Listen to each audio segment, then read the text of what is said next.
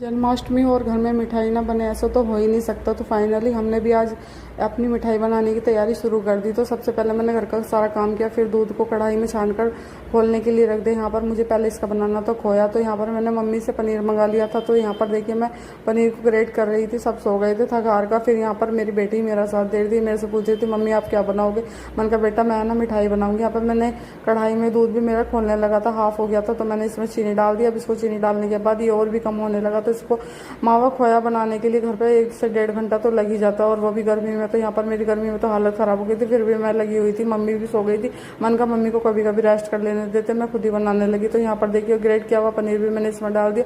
मैं first time इस कलाकंद को बना रही थी। वैसे मैंने काफ़ी टाइम पेड़े वगैरह या मावे की जो कलाकंद वगैरह तो बनाई है, पर इस तरह की नहीं बनाई है जैसे पनीर डालकर। आज मैं फर्स्ट टाइम ही बना रही हूँ, तो देखते कैसी बनती है। तो मेरी बहन की फरमाइश थी कि मेरे को ये वाली मिठाई ही खानी है, तो मैंने उसका चैलेंज एक्सेप्ट करते हुए मैंने कहा तुझे आज परफेक्ट मैं ही बना के दिखाऊंगी। तो यहाँ पर मैं इसको चलाती जा रही थी, और खोया भी मेरा जब तक इसको मतलब अच्छे से मिक्स करना और बिल्कुल कम हो जाए ना, बिल्कुल कढ़ाई छोड़ने लगे खोया, तब तक इसको इसी तरह चलाती जाना। उधर लाइट जलेगी, फिर भी मैं इसको चलाती जा रही थी, अच्छे से मिक्स करती जा रही थी। तो यहाँ पर इसमें 1 से 1.5 घंटा मुझे लग गया इस मिठाई में। तो वैसे मेरे पापा को तो घर में जब मेरी दादी गाँव से बेटा मावा वगैरह लगाती, तो मेरे पापा तो बचपन में हमारे लिए पेड़े बनवाते थे। तो पेड़े मेरे को पसंद नहीं आते थे कि उसमें ज़्यादा मीठा हो जाता, बूरा वगैरह मिलाने के बाद मेरे को है ना ये या तो फिर सूजी डाल के भी आप बना सकते हैं, या फिर इसमें पनीर वगैरह, तो इसमें मीठा कम हो जाता है और ये बहुत ही टेस्टी और दानेदार मिठाई बनकर तैयार होती थी। यहाँ पर मेरा मावा और सब्जी तो तैयार हो गई थी। फिर मैंने थाली में इसको निकालना शुरू कर दिया।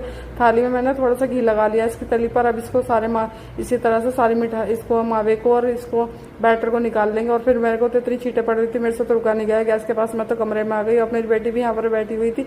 तो यहाँ पर ये बातें कर रही थी कि मम्मी आप क्या बना रहे। मैंने कहा बेटा जब ये बन जाएगी जब मैं आपको खिलाऊंगी। तो यहाँ पर मैंने शाम के टाइम इसको 2-3 घंटे फ्रिज में रख दिया। बच्चे मेरी बेटी से तो वेट नहीं होता, बार बार फ्रिज खोलती, कहती मम्मी इसको निकाल कर मेरे को दे दो। तो यहाँ पर मैंने इसके पीसेस करने शुरू कर दिए अपनी बेटी के लिए।